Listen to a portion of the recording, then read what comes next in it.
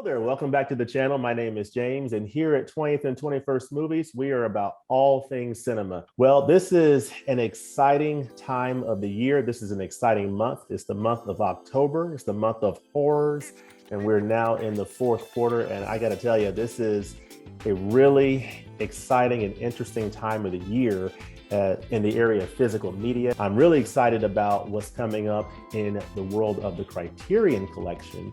And I'm even more excited about my guest that I have on the channel today. My guest today is Daisuke Beppu. He is a long-term voice in the world of physical media, the Criterion Collection. He is a huge fan of film and classic and contemporary movies across all areas and genres of cinema. And I am extremely excited to have him on our channel today. I had the wonderful opportunity to be on his channel back in May of this year, and he is a wonderful and incredibly gracious host. And I'm really excited to have you today, Daisuke. How are you doing from Tokyo, Japan? Tell us how you're doing today. James, thank you so much. I'm doing so splendidly, especially that we are once again we're going to have another conversation. I'm looking forward to it so much. And please let me take the opportunity to say congratulations are in order for you and your channel, your really wonderful channel.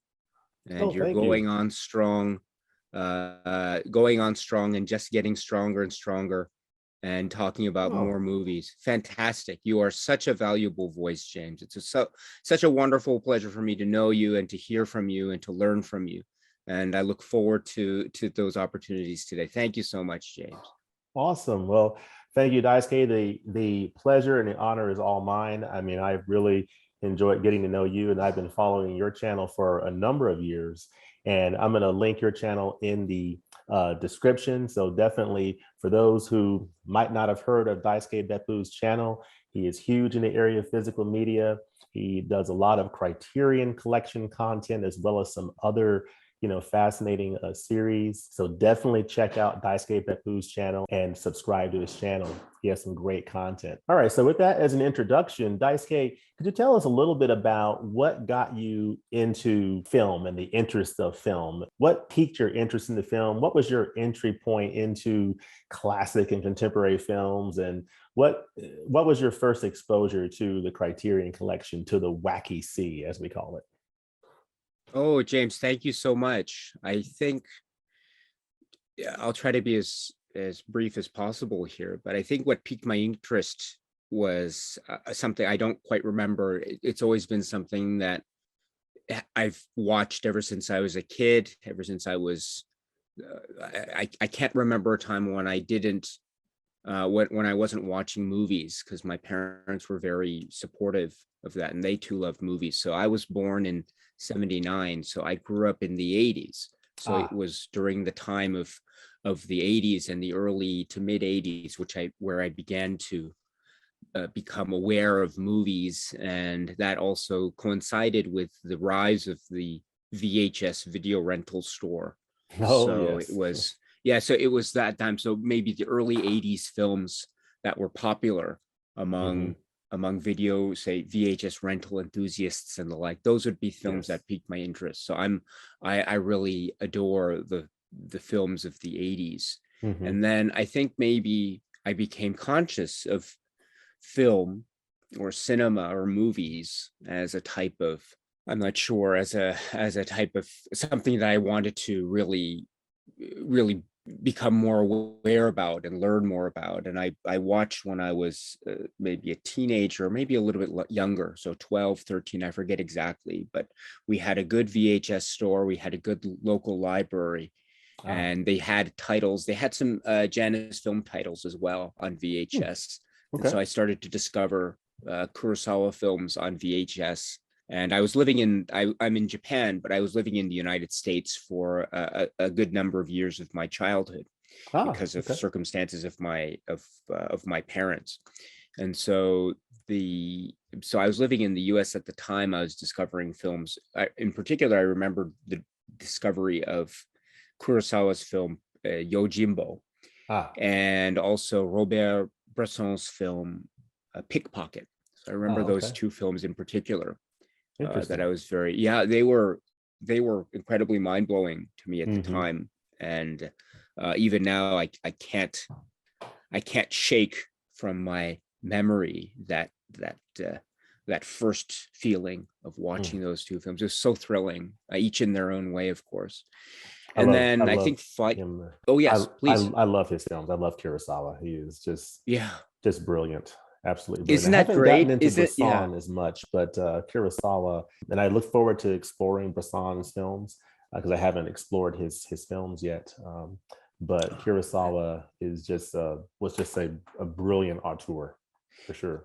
You're absolutely right, and it's that wonderful feeling too. I don't know if you feel this way as well, but that wonderful feeling where you discover a film and you think, "Wow, this is such a great film," and then you find out more about the filmmaker's filmography, and you realize that the person has such a long list of movies that you can Yes. then discover, and that initial feeling of joy that you get, it's so wonderful. So, and the same is true for Bresson. Although I must say that maybe at the time in particular Bresson films were a little bit hard to come by and to Mm, find. You could find them, but maybe for me at the time, I could only get, say, Pickpocket or that there's another film which in English is called A Man Escaped. yes. Um, what's the title in French? I forget. Un condamné à mort s'est échappé, but it's A Man Escaped, and that was also relatively easy to find on VHS at the time. Okay. But I'm saying relatively because there were other titles that were incredibly difficult, if not impossible. But then, of course, later that leads to physical media labels like Criterion and others that then led the way through the DVD years, and then later Blu-ray years, and now right 4K years. Yes. So that's that, and that's yes. I guess that brings me to your third and final question, which is how I got into the Criterion Collection. And I suppose it's hard for me to pinpoint the exact moment when I said, "Oh, this is a very interesting label. I want to really get into it." But I think I was there since around the time that they began to release DVDs. Ah, And I remember that those you could go to the store, and I mean, I remember, for instance, there was also a little bit of time when I was living in New York City, and there's a really cool store. It was a rental store, and it was also a place where they sold titles. It was called Kim's Video. It's hmm. no longer there anymore, unfortunately. But Kim's Kim's video. Video, yeah, Okay. Kim, Kim's Mm, Video, such a cool place. And you'd go there, and you'd go. One floor would be rentals, excuse me, and the other floor would be sales. And I remember going mm. to both. Every time I visit, I'd go visit, like many times a week. I love that place. And then, Wow. and so, but that was an example of that. Or at the time, Criterion titles would be already on sale, or they'd be available. And I remember the time, for instance, where it was Kim's Video, and I first saw the first Blu-ray releases of Criterion, Pierre Le Fou and Le Third Man, etc. They're on the special part of it was there. All the floor was DVDs, and there was just one part of the corner, just one corner devoted to the new format called Blu-ray. Yes. And I remember there was one row on that one corner. It was Criterion titles and Pierre Le Fou and The Third Man, etc. And I thought, oh, this I is wish I interesting. had picked Chungking up one of Express, those. yeah, I wish I had yeah. picked up one of those Third Man Blu-rays when they were still. I wish I had picked up one of them. Yes, yes. The crystal ball. Can we read into the future? Oh my goodness! If I had a crystal ball at the time, I Yes. could look into that and say, oh, you should pick up 2 or 3 of those, of those at the same time, and don't open them. Just That's leave them right. in a box or something, and then you can open them, 10 years later or something. Yeah, but yeah, I remember that time, and I remember also before that the news that they would begin releasing DVDs, and I Yes. remember this because I was really into the VHS tapes, not Criterion, but the Janus Films releases, other titles like that. I remember I had the VHS tapes of Kurosawa's Red Beard that I was watching over and over again, and I was just waiting for the time one day Criterion or someone could release this on the new format Yes. that was and is DVD. And when Criterion started to release more and more of these, at the Hmm. time in particular, I was really interested in in say Japanese cinema or cinema related to Japan. And along the way, I was able to get, for instance, the Teshigahara DVD set, 3 films by Teshigahara, which is, as you know, now a pretty big kind of collector's item, having it fall out of print. Although one of the titles did reemerge, Women of the Dunes, but not all the other titles, unfortunately. It would be great to see other titles return, of course. But I Yes. remember that being an example. And my set now it was pristine white cover, as you may know, the white cover and the fingerprints and things as the design motif. But I bought it since it was released, and it's just faded to like a beige because of all the light and the sort of it's starting to decompose slightly, I suppose. It's been weathered, I guess. Yeah, weathered. Thank you. Yes, very, very weathered indeed. But I still hold that as I love those films. And then also I remember another one too, which was, it came a little bit later, but it was Mishima, A Life in 4 Chapters, the DVD set. And of course they later came out with the Blu-ray. Yeah, it's a great film, and it was a great release. It's a very fascinating Blu-ray. Great release. Oh yeah, and it's gold and it's shiny and it hurts the eye. Yeah, it's great. It's gold and pink and fluorescent yellow, and it's such a clash of colors. But that's the whole point. Out on the shelf, Exactly. It's like there it is on the shelf. There's Mishima. Fantastic. So those are just examples, I suppose. And then from there, it just no looking back. Yes. Yeah, and thank you so much for that. I mean, just in terms of sharing your journey, in the interest of film with your parents, back in the day, sort of growing up here in the United States, in New York City, and sort of, sharing a little bit about, which I can definitely relate to those times of the old VHS tapes. And at the time, those really big VCR, video playing machines that you would rent from a not even Blockbuster at the time, the old mom and pop video stores, and that was really a neat time. And just sort of thinking back to that and comparing to where we are now in physical media, it's just amazing to see how it's evolved over time, to go into from VHS to DVD to Blu-ray and then the 4K, and see the evolution of physical media. Is just really, really incredible. And to see Criterion be a huge part of that is really exciting. And it's just a great time to be a collector in terms of thinking about, the films that are available to us today. And they were so much harder to get, to your point, back then. Things are just harder to get, and things are just more accessible to us now. So there's still a lot of things that we can't get, but there's just a lot more that's available to us. So it's a great time to be a collector. And so thank you for sharing that. I wanted to spend some time talking about, this year for Criterion has been I'm not sure how I would rank 2021 versus other years of Criterion. You might have a better perspective of that than me, but I do feel like 2021 has been an incredible year. It's been a really nice year so far. And wanted to get your thoughts on some recent Criterion Collection titles that have sort of stood out for you, that you've really enjoyed over the last few months, say since July. I've really been enjoying a number of Criterion titles. What are some recent Criterion releases that have really jumped out for you? That is a great way to bring it up, James. And as you say, it's been a really one heck of a year for a lot of reasons. And so if we're speaking about the titles released in 2021, I think, for instance, and again, I might miss some, but for example, some of the big ones were Tarkovsky's Mirror. Oh my goodness, yes. And the way that just it's such an important film on a lot of respects to begin with.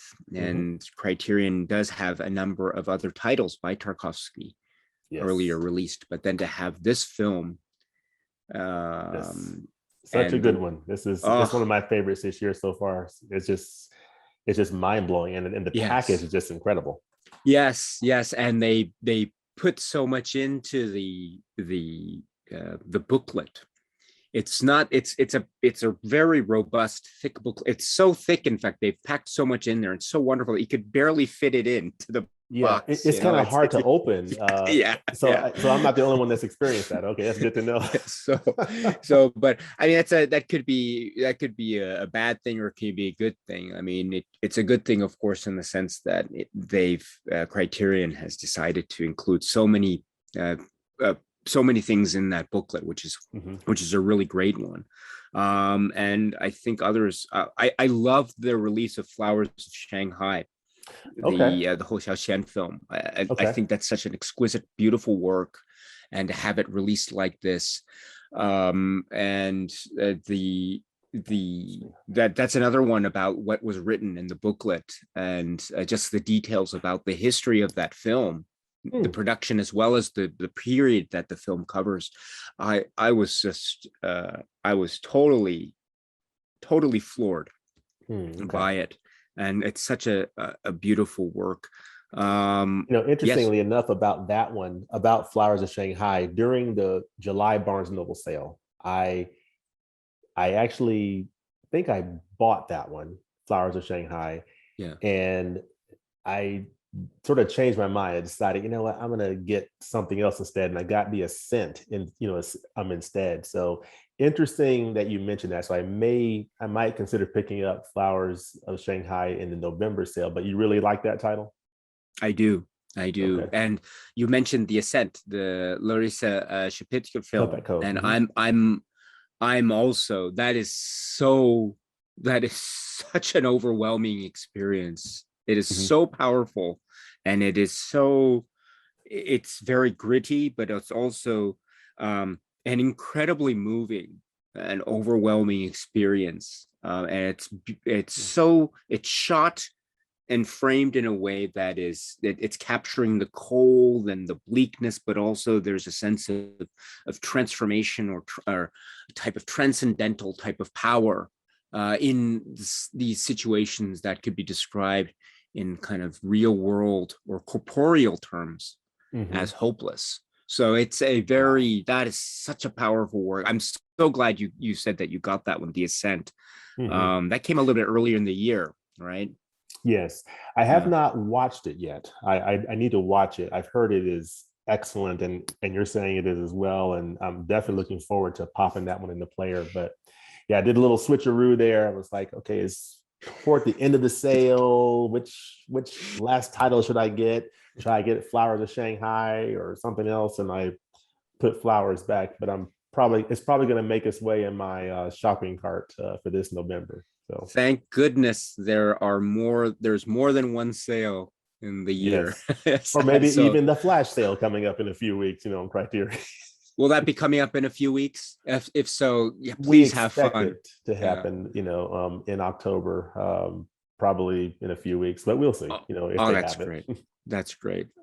Oh, please enjoy it, my friend. That's such a great time. And I understand too that feeling of I should get this, but oh, I want to get, I understand that. I totally understand that. So, but and let's see. Also, just a couple more, I think. Let's see, Secrets and Lies, Mike Lee's work, Okay. Secrets and Lies in the Criterion Collection. I love that film since the beginning, Okay. and just to have it in the Criterion Collection, like other Mike Lee works, it's beautiful. And I should say too that Criterion was so great.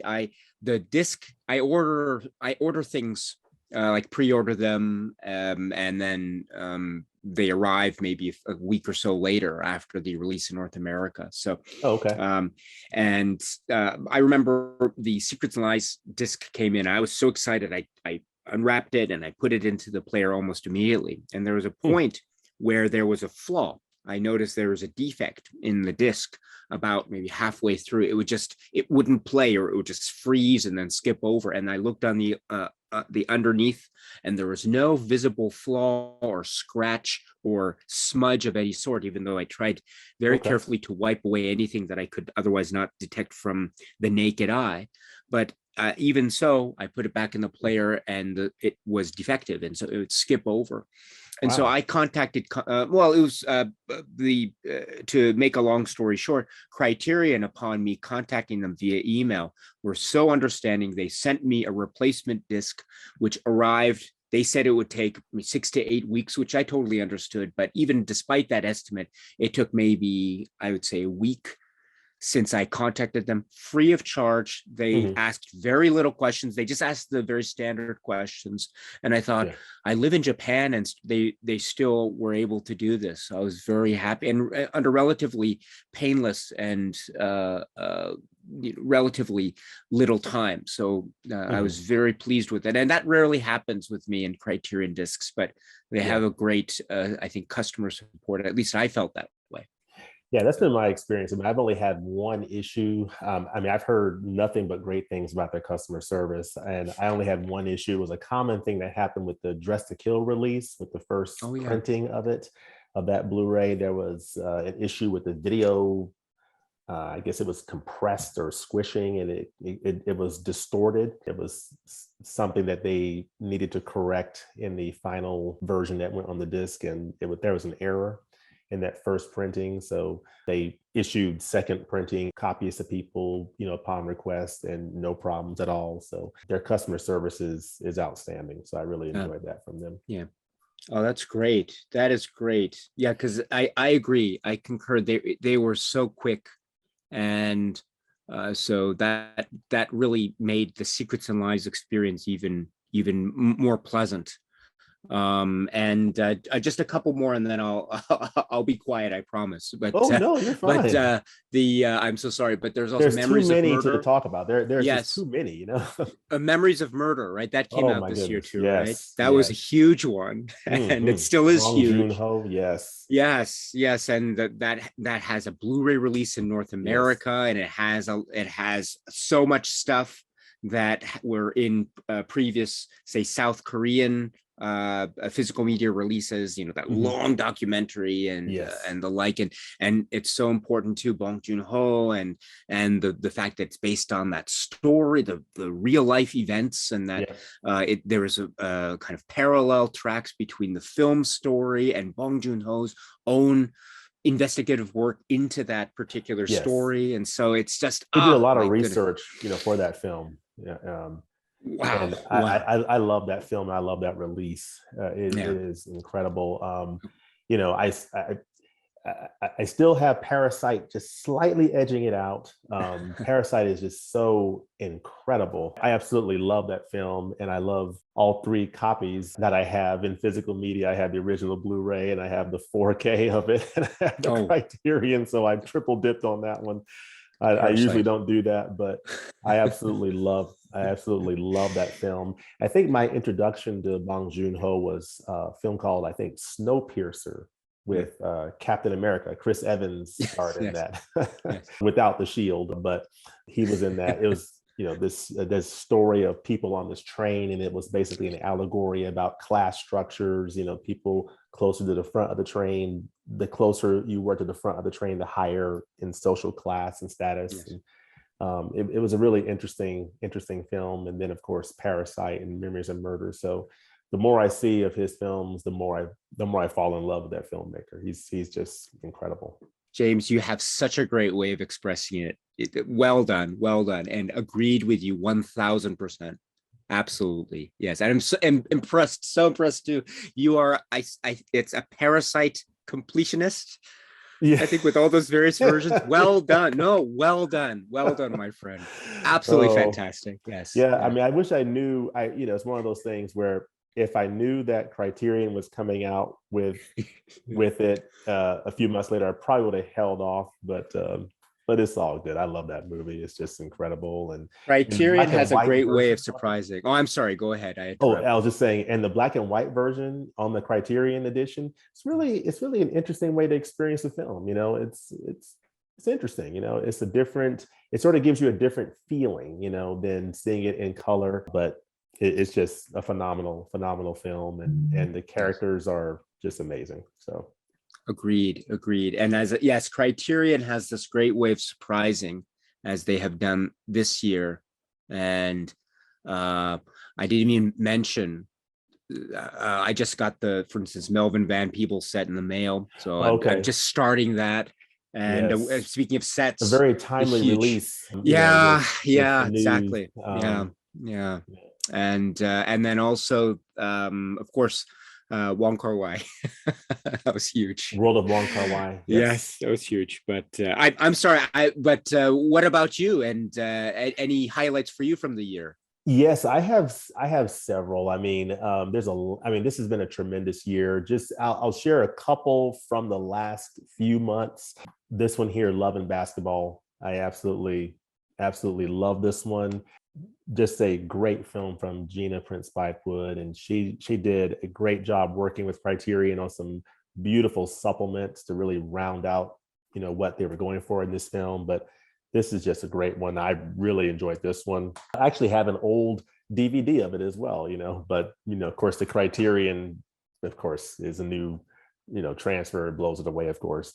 And this one here is one that I absolutely love this film. It's a short watch, it's less than an hour, but I've always had a lot of respect for artists and singers, people who can put together music and just the technical aspects behind it and the production.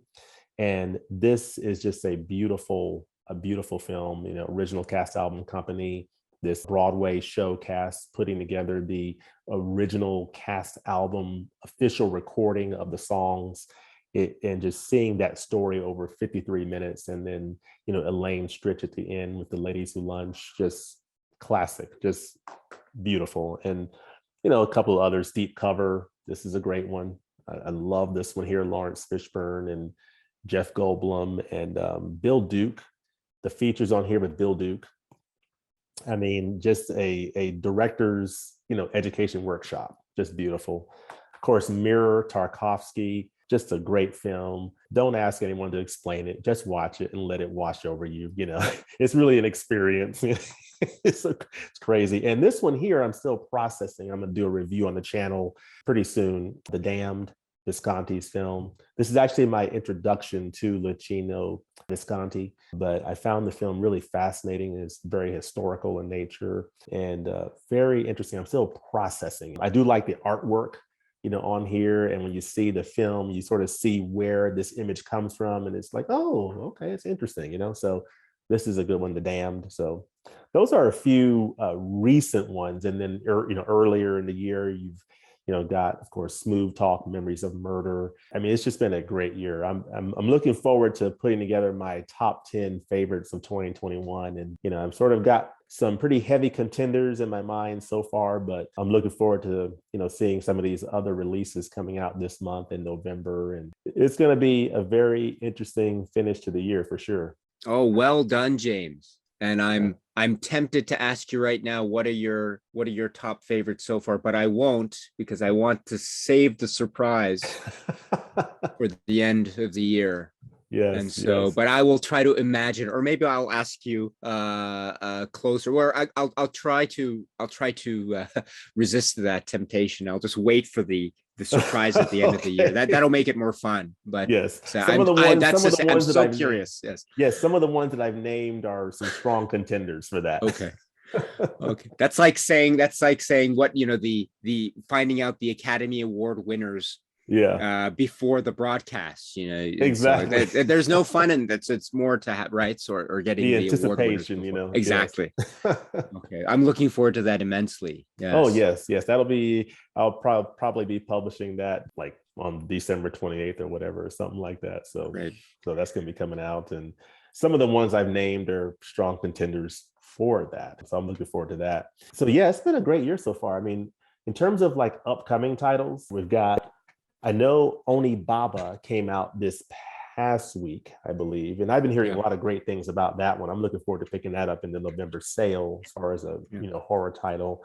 I've heard great things about that. In terms of what's coming up for the rest of October and November and in December, what are the titles as we look to wrap up 2021 for Criterion? What are the titles that you're most looking forward to checking out toward the end of the year for Criterion for the upcoming titles? I think it might be a cheat if I said all of them, Okay. So, but That's about where I'm I'm at. okay. That's a really well, in that case, yes. So all of them. So if James, if you and I are in the same company, I am in very good company indeed. So I think yes. I think I'm very much looking for. There's a lot of great. I think there are some that are getting a lot of say attention, especially from the film fan circles and the Criterion Collection enthusiast circles. Of course, right? Of course, as is always the case with any given month or any given set of months. But I think the I just as an example, Once Upon a Time in China set. Okay. That's I mean, in any other year, in any other year without 4K, which is indeed, of course, a big deal, and I'm sure we'll talk about that momentarily. But in any other year without 4K, Once Upon a Time in China as being the showstopper, say end of year set, that would have been the huge news. Mhm. That is the huge news in that sense, because as you know, there's always this type of showstopper end of year set. Yes. Box set. And Yeah. exactly, and that the Once Upon a Time in China release is, again, I haven't seen it physically, so I don't know what the dimensions are, what it'll look like, what exactly is included. But based Mhm. on what has been reported, it looks to be this type of showstopper end of year release or series Okay. of films in one release. So that's a huge For deal. those 5 films. Yep. Exactly, and it's huge. And then so and it's also continuing type of trend, and hopefully, and we saw earlier, and hopefully we'll see more films of this type of sort of stature and caliber in the future, from Yeah. in next year and beyond. And so this is very exciting news. And but of course, we also have the news of what is it, Spine 1100. It's going to be the Incredible Shrinking Shrinking Man. Man. Yeah. So that was, 1100. I think, that was something where I think there's a lot of talk, and I think rightly so, about what title could occupy that 1100th spot, because it seems like there's a lot of attention given to the 100, 200, 300, 400, 500, and then 1000, of course. And what would be the first maybe quote unquote landmark point after 1000 will be 1100. Although I like 1111. I think that has a very special ring to it. Although I can't. I'm looking forward to what title that would be. But in Oh, any event, 1111. Yeah. yes. But in any event, the Incredible Shrinking Man, that was a great, I think for me, a wonderful, pleasant surprise, a lovely, lovely surprise. And so I'm looking forward to that one. Before that, of course, I think what's supposed to come up next, I forget if it hasn't been released yet as of now. High Sierra. Wow. This is Yes. going to be Humphrey huge. Bogart. I think his one of his earlier films, his breakout film, I believe. It's going to be And Ida huge. Lupino. Yes. And already the shockwaves that this had upon release, and people are just still on just talking about it. Can't wait. So this is an exciting one. And then of course, there are many others. And of course, the big showstopper this year is of course the 4K titles. And I think that's so true, or for a lot of people. And so I'll stop there because again, I don't want to overtake the conversation, but then No, you're I want to fine. ask you. I want to ask you, my friend. What about you? Well, you've named several, and that's sort of a good lead into, when we talk about like the 4K titles in the month of November, of course, getting the Mulholland Drive on 4K. Although I sort of mentioned this on my channel that I already have the current Blu-ray set, Yeah. and I'm sort of waiting to, once that release comes out, waiting to see what people's comparisons are in terms of the 4K to the Blu-ray, because all the features are the same. There's no change in the features. There's no new supplements, to my knowledge, that are being added there. So it's really, you're just getting a 4K disc. So is it going to be something that's going to blow people away and be a substantive difference from the Blu-ray? If not, I'll probably just stick with the Blu-ray for that one. So that one is one that I sort of have in the back of my mind as sort of wait and see. But I'm sort of looking at that November 23rd date as just being an absolutely huge date in the Mm. world of physical media, particularly Criterion. You've got Uncut Gems, which was supposed to be an October release. It was moved to November and is sitting right there with the Menace to Society 4K. And of course, Citizen Kane, that's going to be coming out with the big, K, which people have had a problem with that cover. Yeah. I don't know how you feel Sure. about it. I'm kind of okay with it when I see what's included in the supplements and what I Yeah. expect from this 4K transfer. I think people will probably be very happy with that if they've done a good job, with that 4K transfer. But I'm really excited about that release coming up in terms of the Citizen Kane release and this Society Uncut Gems. So that November the 23rd date is pretty huge. And also a non-Criterion title, Invasion of the Body Snatchers from 1978, is getting a 4K release on that same date. So that's going to be a pretty big day in physical media for a lot of people. So I'm really looking forward to that. Well done. And then also in Absolutely well December, done. you've got a couple of course, The Red Shoes is coming out on 4K. Yes. That should be a really interesting one. I know that I don't think the features are going to be any different there as well, but Right. I'm sort of expecting that 4K to be, I'm hoping that that's going to be a really nice step up from the Blu-ray, because that Blu-ray edition is from, I think, 2010. So it's about 10, 11 years old. So I'm pretty hopeful that those Technicolor, colors and reds are going to really pop on that 4K disc with Dolby Vision HDR. So I'm very hopeful that that'll be a nice upgrade. And then, of course, Gordon Parks, The Learning Tree will be really interesting. He's a big pioneer, in African American cinema. So looking forward to that. Regina King's One Night in Miami will be an interesting one to check out. So a lot of great stuff coming down the pipe. I think a lot of people were not too happy to only see 3 titles in December, but I think Criterion's, finishing the year off pretty well, especially with November, and sort of making me hopeful for what they'll announce here in a few days for January. That's right, because as you so correctly indicated, it's very likely that they'll make the announcement for their planned January 2022 releases. They'll make that announcement in a few days or later this week, perhaps. Yes. Yeah, on the 15th. So I'm looking forward to that. I'm looking forward to hearing, some more, 4K news. And so we shall see what happens. But yeah, so this year, Criterion's, wrapping up pretty nicely. And I'm pretty excited about it.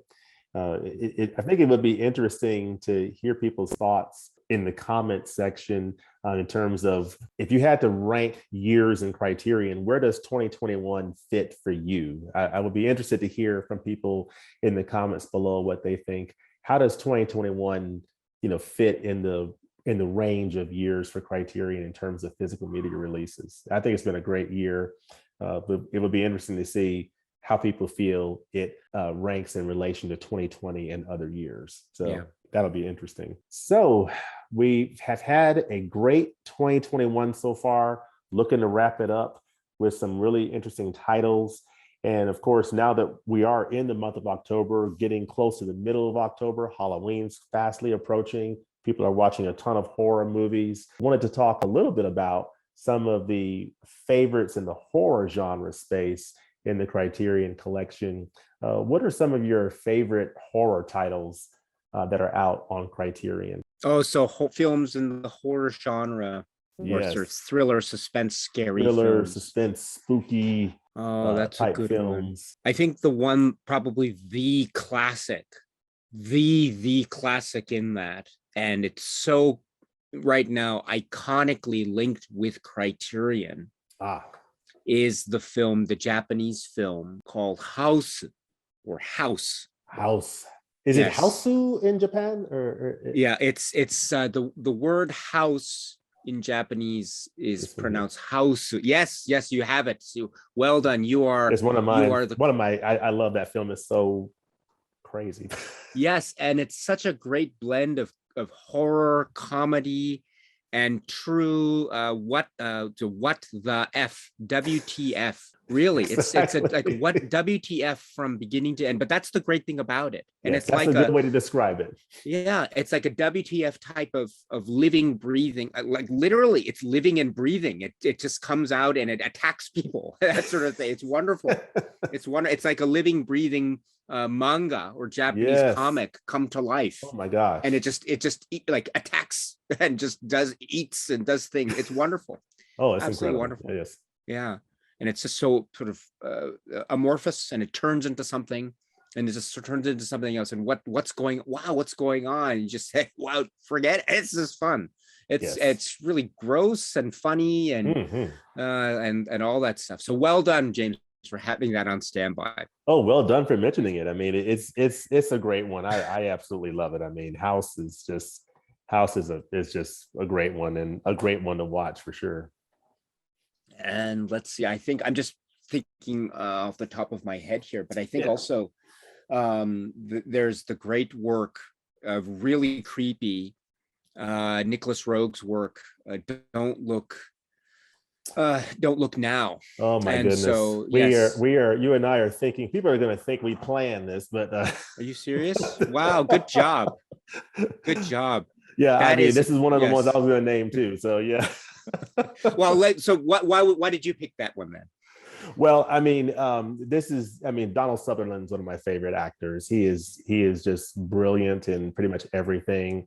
It's really just a really, really interesting, creepy, paranormal type story. And I look forward to revisiting it. You know, it's him and his wife, Julie Christie. They're in Venice. They're mourning the death of their daughter. They run into two psychic sisters, and strange and supernatural things happen. And it's really, really good. I look forward to revisiting it. I haven't seen it in a few years, but this is a really nice one from Nicholas Rogue. He also directed Walkabout, but this is a good one for sure, as you named. Oh, I'm now curious. What are some others on your pile? What on Okay. your picks pile? Okay, I'll I'll go see if through. I. Oh, that's me too. Yeah. So Yeah, I picked a few out, and I want to hear some more of yours. But it's so funny. I wish I had picked up The Third Man back in the day because it's out of print, and yeah. I'm really glad I picked up this one when I had a chance. Yeah. Because I think this Yes. is out of print now, right?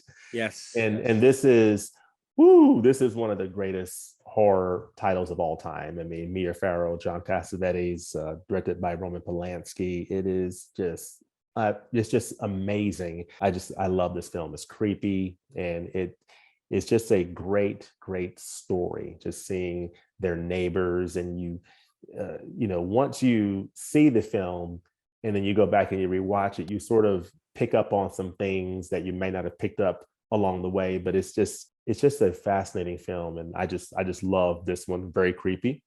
This is a good one. Carnival Souls. Really like this one here. Herc Harvey. And I think a lot of modern horror films sort of borrow from this film in terms of particularly the ending, so to speak. But this is a really, really good film with a nice Oh yes. atmosphere. Love Yes. this one. Yeah. George A. Romero. I mean, what more can I say? This is just absolutely brilliant. Night of the Living Dead. Love, love, love this title. Dwayne Jones. Just a very sort of a simple story. These people barricaded in a house, and these zombies coming, trying to break in. And it's just really, really good. Love this one. I am a huge Hitchcock fan, so this is a Hitchcockian type film. It's not a Oh. Hitchcock film, but it's very Hitchcockian. It's from Henri Georges Clouseau, Diabolique, and stars his wife Vera Clouseau and Simone Signoret. So excellent, excellent film. And it actually has I think 1996 Well done. film. Sharon Stone, Yes. Isabella Adjani, I think, and Yes. Chaz Palminteri started a remake of this. I saw it a long time ago. I'm not even sure how it compares to this. I want to take a look at that to see, how it compares to this one. But this is absolutely brilliant. So I want to see that one again. And then this is one of the creepiest ones. This is my last one. And then I want to hear some of yours. The Innocents, Jack Clayton, Oh yes. Yes. Deborah Kerr. Man, this is absolutely fantastic. She's a governess of these children, and she basically is seeing ghosts and stuff. It's Yes. just crazy, and the children are creepy, especially the boy. They're kind of creepy, and Yeah. So these are just some of my favorite, Criterion, titles in the horror space, that I love. What Oh, are some well more of done. yours? And there's several others like that I haven't even gotten yet, like Kuroneko, that people have Yep. recommended to me. Everybody's recommending Onibaba, Yep. and that people are saying that's very atmospheric. And so I look forward to picking that up in the November sale, and trying to think of what else. But there's several others out there as well. But Oh, well done. Well done. I was about to say Night of the Living Dead as well, but once again, you expressed it much better than I ever could. So I think, what are some others? I guess, I don't know. Would you mentioned Deborah Carr, and I was thinking of a film like Black Narcissus. oh yes, What yes. do you think about that and Halloween? What do you think? I mean, there are some, it's not necessarily classified as a horror film per se, and Hmm. I get that, but it does have a lot of chilling, creepy moments in it. Yes, So yes, what yeah. do you think? Do you think that might qualify? That is a good one. It's a little, it is creepy for sure. It's very creepy, and I'm not sure if I would classify it as horror, but it definitely gives you that creepy, unsettling feeling. Yeah, yeah, Seeing her transformation, over time, in that film. Um, but yeah, that's a good, but that's a good one. Yeah, I'm not yeah. sure if I would classify it as horror, but it definitely gives you that creepy, unsettling feeling for sure. Yeah, and also maybe a film like The Vanishing, Oh yes. or yes, that comes a little bit earlier in the catalog. Or maybe what else? There are so many. There are some titles of the filmmakers, say David Cronenberg, and so Scanners, The Brood, Yep. and Videodrome. Videodrome, yes. That's I love those those are, films. oh, so type of, there's a lot going on, a lot of He's the master of body horror. yes, a lot of concepts combined with some, what's the phrase, gooey stuff, Hmm. horror goo and all that stuff. It's a lot of special effects Yeah. combined with a lot of really intriguing, very, very intriguing concepts about perception and reality, Yeah. and a lot of great supplements in those as well. So Scanners, The Brood, and Videodrome would be some other examples for sure. And also, you mentioned you mentioned in passing about Dress to Kill. I think that could qualify as well. That has a lot of shocks in it as well. Yes. A lot of jump scare. Brian De Palma is a master of many things, but I think he captures the ability to jump scare really, really well. So that's another great example of that, I think. Yeah. Oh yes. Yeah. So those are some really good ones. I mean, and so many more that are out there. But there's just some great horror titles that are already in the Criterion Collection, and I'm sort of trying to make my way through them, and just revisiting some of these. I mean, like The Innocence is one that I want to make sure I revisit this October, as well as Diabolique. It's been a while since I've seen both of those, and just some of the other ones that you mentioned from Cronenberg. I mean, just some absolutely just brilliant films. The Vanishing is also a really fascinating film, and it has I think a remake from, I forgot who's in it, but a remake a few years later. But that one from '88 from Sluicer is just really, really good. That's Really right. So you're fascinating. mentioning you have a great memory for remakes as well. Well done. You mentioned earlier the Diabolique remake as well, and I seem to recall maybe Kathy Bates was in that one as well, if I recall correctly. But Oh, I believe but so. Yes, yes, yes. okay, yes. So well done, well done. Yes. Yeah. Yeah. So yeah, and I want to check that one out, because I probably have not seen that since it first came out, so I definitely want to check that one out. But yeah, I mean, so outside the Criterion Collection, what other horror films jump out at you as some of your favorite horror titles outside of Criterion? Just favorite horror films in general. Oh, that's a great question. I think I love the genre. And so I think there's just so many, too many to mention. I maybe just a few examples would be, for instance, I really, really love the works of Dario Argento. Okay. And in particular, he has a large filmography. And I think in particular, a lot of people, and perhaps myself included, would really focus on the early period or the first half of his filmography from the start of his career all the way up to, say, the mid 1980s. So through that period, you just have titles, for instance, are like Suspiria. That has a recent release I've heard people talking about. Yeah. Yes, Deep Red. Okay. And other titles. I mentioned Deep Red, and The Bird with the Crystal Plumage, and The Cat O' Nine Tails. Okay. Those are some early works, but Deep Red in particular is considered a real classic in the genre, what's known as giallo, or Italian films, crime thriller, suspense, with oftentimes a type of mystery element that's presented in this almost horror type of way. And in particular, in the hands of Dario Argento, it's very much a type of mystery, thriller, suspense that has a lot of horror elements to it. And I mentioned that too because it has, it's going to have, it's been released a number of times by Arrow. But as you know, and speaking of the 4K format, Arrow Video has been so good with 4K format releases, and they have been releasing, or they've started to release, some of those Argento films. So they've already released The Cat O' Nine Tails and The Bird with the Crystal Plumage, which are early suspense thrillers from Argento. And I think as of now, please correct me if I'm wrong, but they will release Deep Red in 4K as well. And they have these covers. You can choose which cover version you want. And the one I chose was the original artwork box cover version. So, but you can have, there's a various choices. So that would be some examples as well, yeah, of horror films that I really like. I also mentioned too, let's see, I suppose, oh goodness, there are just too many. I mean, you mentioned Night of the Living Dead, and so I have to mention Dawn of the Dead and Day of the Dead. So those two films, yes, I'm a huge fan of those two films in particular. Now, are you a Friday the 13th? Oh, I love the Friday the 13th films. Yes, and I got I had to get that that box set last year from Scream Factory. Yeah. And so, what a great set. Are you a fan of those films?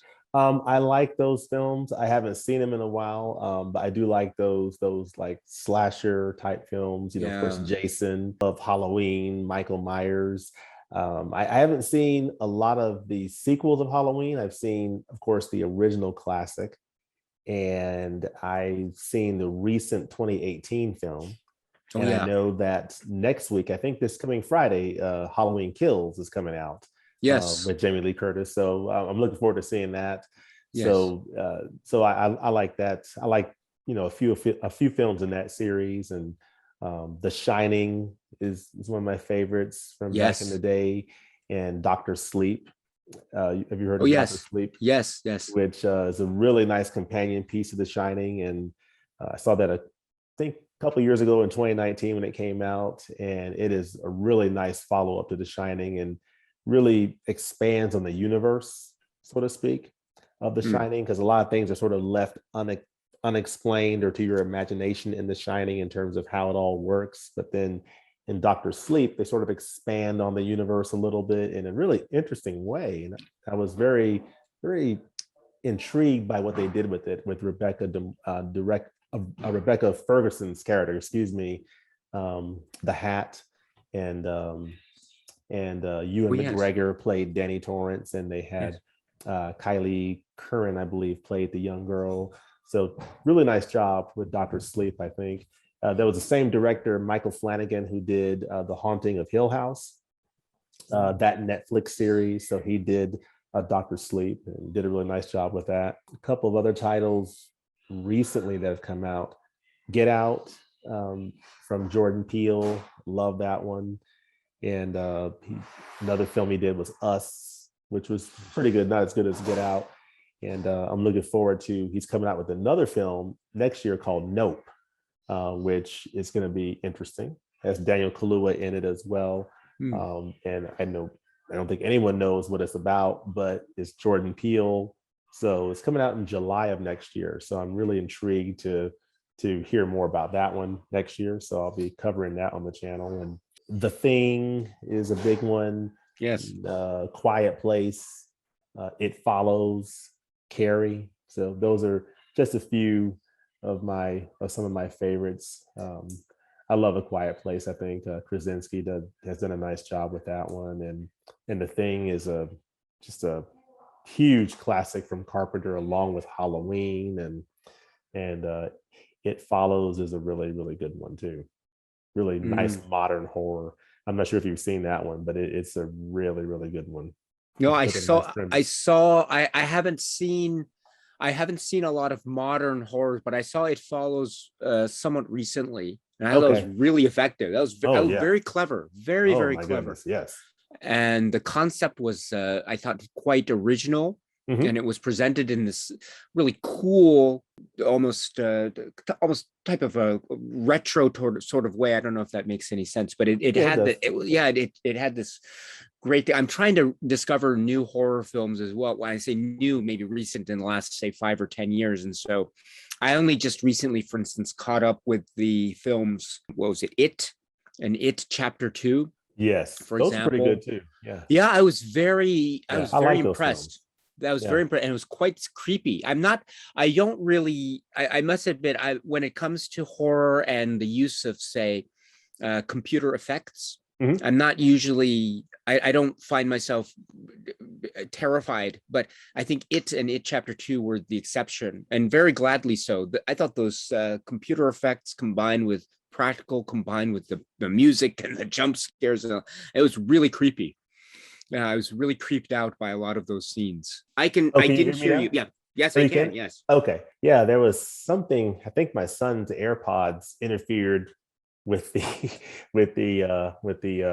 recording of the audio there. So I apologize if you couldn't hear me there. But no problem. I love AirPods. I understand. I totally get it. I love them too, except when they're interrupting my conversation with Daisuke Beppu. I love them otherwise, You're too kind. You're too kind. Yeah. So you have a great list. You have a wonderful list of horror films and your favorites. So it sounds like you're going to have a wonderful rest of I was going to say Halloween October. I said Hocktober. Yeah, I guess I don't know that. So that was, but so Halloween October season. It sounds like you have those and many others. Yeah, if I get to all of them, I'm looking forward to seeing as many as I can, and they're a lot of fun. And you mentioned the It movies. Those movies, I think they scare people, but to me, they sort of make me laugh. When I see Pennywise, I laugh more than anything else at the jump scares and Pennywise, and so it's probably not the reaction they're going for from people, but I enjoy those films. They're a lot of fun. So well done. Yeah. Well done. But yeah, so I mean, there's a lot going on in the horror space, and I'm looking forward to checking out Halloween Kills and seeing what else is out there. So in terms of I guess the last thing we can talk about a little bit here is, with 2022 coming up, 2021 has been a big year in physical media, big year in Criterion. As we look to 2022, now that 4K Criterion is officially in that space, what are you most looking forward to? Are there some titles you hope to see in 4K? Are there certain titles in general you're hoping come to Blu-ray? Do you have sort of a wish list of a couple of titles that you think, oh man, it would be, if Criterion would announce this in 2022, that would be awesome. And any titles or films that sort of come to mind for you in that space? Oh, what a wonderful question, James. And I think I should say from the outset that I don't necessarily think of it as I must have this film in, say, 4K or something.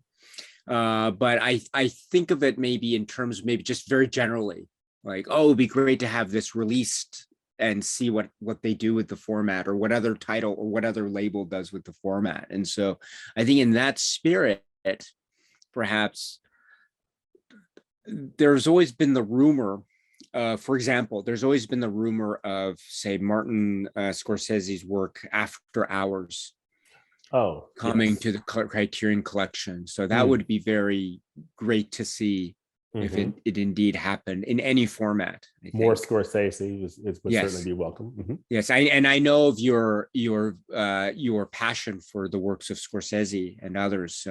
So it would be great to see that, and to hear, for instance, your great take on that release, if it were ever to come. And I look forward to it. I look forward to that, if for anything, if to hear your review on the release. So, but that would be one example, I think, After Hours, if that could happen. Also, I think if maybe let's see, it's again the possibilities are endless, so much so it could also turn into a type of Pandora's box. Once the box is open, you can't ever put the toothpaste back in the tube. But I suppose there has been, for instance, what we do know for sure is there are the other two, right, 4K titles that Criterion had released, or not released, they had announced in their first slate of 4 titles. Hard Day's Night, yes. Right. So we know we have those to look forward to. And so then the question is, what will we see new, right? And so again, the sky's the limit, I think. And will they essentially retrofit their older already released titles like they did with Mulholland Drive, or like they're going to do with Mulholland Drive and Red Shoes? We'll probably see a mix, I think. Though again, as you indicated with the Mulholland Drive discussion earlier, you want to see first how the release looks, because you already have the Blu-ray package. So I think that's definitely the case for a lot of people in our position and where we are situated. But it'll be interesting to see what Criterion does with this. Also, and I don't think this is. I wouldn't be surprised if Criterion had said this is not our primary concern. But one of the interesting things too is how Criterion always deals with its previous Laserdisc catalog, because as you know, Criterion before Blu-ray and starting in the mid 80s and into the 90s, they released Laserdiscs, or the titles were released under the Criterion Collection name in Laserdiscs. And one of those, most famously perhaps, was what's considered to be their first official title in the Criterion Collection Laserdisc catalog, or Criterion Collection period, which is Citizen Kane.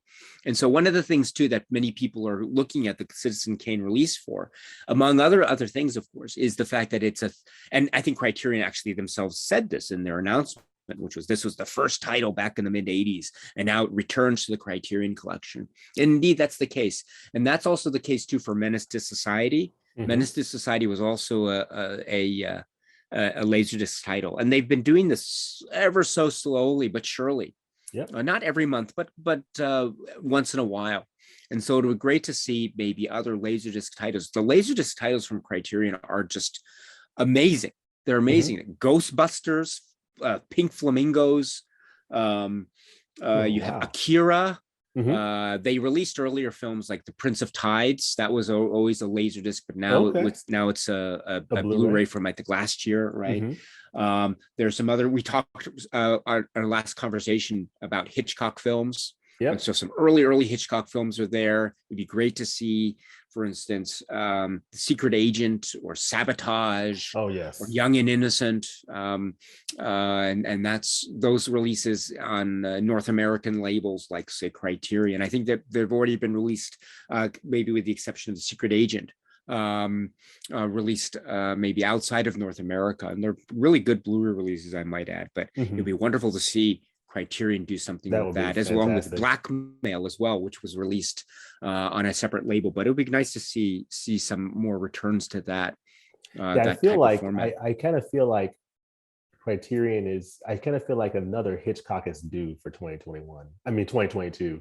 Because I'm trying to think, the last one that came out, The Lodger, came out I think a couple of years ago, if I remember. I'll have to Was look it it The up. Lodger, and before that, The Man Who Knew Too Much? Was it something like that? I think before that you had Rebecca You're right. Yes, come thank out you. and Notorious. I gotta see when The Lodger came out. I think that was the last Hitchcock, so I think they're due for another Hitchcock. And if I remember correctly, last conversation, this comment about it would be great to see Spellbound return. Yes, yes, I would Remember? love to Yeah, see that one. Yes, yeah. yes, that would So that, complete that three film Rebecca Notorious and Spellbound. That set that yes, I have, that old, I think, MGM set, the red set. yes. It'd be great to see that film. I'm looking forward to that. Hopefully next year, but we shall But see. you should keep that red set, because that set has a number of features that I think aren't available Yeah. elsewhere. So yeah. So yeah, so that would be great to see something like that. So yeah, as you say, we're still due for Spellbound. So one of these Or days, just yes, some Hitchcock, in yes. 2022. So hopefully we shall see that, but you know, I can always hope. Yeah, and I didn't even mention possibilities for box sets. I mean, this year they Oh yeah. really outshined themselves, and they really were. I mean, we didn't even talk about the Wong Kar-wai set. There's so much to talk about with that set in this year, and also the Signifying Works of Marlon Riggs. That's a set. And that Yes. is huge. That's absolutely huge. And then Once Oh my Upon a Time in goodness. China, Melvin Van Peebles. Oh my goodness. So that just, 2021 is it's been incredible. I mean, last year we yeah, had the Varda set and the Fellini set, which are yes. two monster sets. I Yes, love yes, both of those sets. I'm going to do a yes. review on the channel on the Varda set later this month. I did a review of the Fellini set, and I just Oh, well love that done. Fellini set, and the Varda set is just blowing my mind. Yeah. As well as what was that? That was last year too, right? The Martin Scorsese World Cinema Project #3. Right. Was that last year as I don't well? have that one, but I look forward to getting that one at some point. That Scorsese, is also, yes, that is WCP. also mammoth, immaculate. Mhm. And so it begs the question, what could be some possible sets for 2022, I wonder? Yeah. I mean, I've heard rumors of or hopes of a Kurosawa set or some type. I'm not sure if they would do that. But yeah, it'll be interesting to see what Criterion comes with in 2022. One of the things I hope that I would love to see in terms of new 4K titles would be like a maybe Seven Samurai 4K. Yeah, I think there's a 4K. I think there's a 4K master of it, yeah, yeah. but to see Criterion release that in a nice 4K set, people would gobble that up just instantly. I would love to see that. I would love to see Spellbound if it was announced next year, or some Hitchcock release. Other than that would be great. Another Chaplin would be great next year. And so, I'm looking forward to what they, bring us in Blu-ray, and very much looking forward to seeing what 4K titles they announce for next year. So I'm really hopeful that this January announcement be coming off of a light December with just three titles. I'm hoping Yeah. that this January announcement will be, something that people will really get excited about to kick off 2022, but we shall see. Yeah, I agree. I absolutely agree. And just to be also one other thing. So it looks like there probably won't be anything more announced for the end of this year, right? No surprises or anything like that. I guess if there would be, that they would have announced them already, right? I would guess so. At this point, I think, I think, as far as I know, I think they've announced everything. Yeah, But hey, yeah, who knows? It would be nice if they surprised us with something, toward the end of the year. yes. But I think they've laid it all out there for us for 2021, as far as Yeah, we know. exactly, exactly. But they do surprise, and as you say, it does lay the groundwork for what is to come starting next year, and as we will hopefully know that very, very soon in the next few days when they make their announcements. So I agree Okay. with you 1000%, my friend. All right. Well, I got one last question for you. What are you looking to watch over the next couple of weeks on Criterion? Is there a particular title you're looking to pop in the player this coming week, or to what you're looking forward to watching this week or next week? Oh, thank you very much, James. The For me, the Melvin Van Peebles set just arrived. Ah, So I'm just slowly going through that, and it's packed. It's absolutely packed. So I may be taking my time with it, but it's really so far just so splendid and so provocative. So hmm, I'll just try to continue with that. And then also, you mentioned The Damned and Onibaba, and those arrived maybe a couple days ago for me, okay. and so I will look forward to that. I think The Damned is it's um it's so twisted. It's That's a so good word twisted. for Yes, it. yeah, it's so twisted. And I know you said you're going to talk about it, I think, Mhm. later on your channel. So I really look forward to hearing what it is you have to say Yeah. about that. That's so twisted. So I haven't put it in the player yet, but Okay. I'll try to. But now, especially with your conversation today, I have a few hours later today, so I'll probably watch that one as well. I think I'll start with they have two language versions on it, correct? Mhm. Yep. So I'll start with I only seen it in the English language version. Okay. So but I'll probably watch that first, and then I'll spend maybe a few hours to unwind, because I can't watch it back. It's hard to watch, when you finish and then watch it over again. It's pretty difficult for me I have to unpack it and process it, Yeah. as it Process were. it. Yeah. But probably put that one in as well. And then maybe you mentioned The Thing and John Carpenter, and Mhm. 'tis the season, as it were. So maybe I'll watch that, or maybe another John Carpenter work. Also, I'm really into David Cronenberg at the moment, so I'll probably watch, if I have time, to David Cronenberg film. I think I'm at the moment in his later years, which are fascinating years. So maybe something like A Okay. Dangerous Method, or Maps to the Stars, or something. How about Cool. yourself? Well, I am this week looking forward to finishing the supplements for The Damned. So sort of going through, the Oh supplements for The yes, Damned, good for you. Good for you. and also going through some of these horror titles in Criterion that I have named, as well as sort of my backlog as well. So titles like The Ascent, Secrets and Lies, which I picked up during the sale that I haven't quite gotten to yet. So definitely want to, pop those in the player and check those out sometime this month. So definitely a lot of great stuff to watch in the area of Criterion, and even in beyond, and there's other horror titles I'm looking forward to revisiting and checking out as well. So it's Mm. definitely a lot to watch, in addition to of course all the great football and everything. Of course, Yes, yes, of I think course. as we mentioned before we Yes. started recording, I had to put this quick plug in for my Georgia Bulldogs being the number one team in college football, and looking forward to seeing them play Kentucky this week. So fingers crossed on that. So I'll be watching a little football, watching some Criterion, and looking forward to enjoying that. But Sounds like a wonderful combination, my friend. Truly. Well done. touchdowns and Criterion Collection horrors and The Dam, so and The Innocent. So it's a very That's great. eclectic Wow. mix, Wow. a very eclectic Wow. mix of watching. So Brilliant. That is so brilliant. And I wanted to say one other thing before we go, which is, and I want to say it to you directly, James, which is, I really want to applaud you and your work.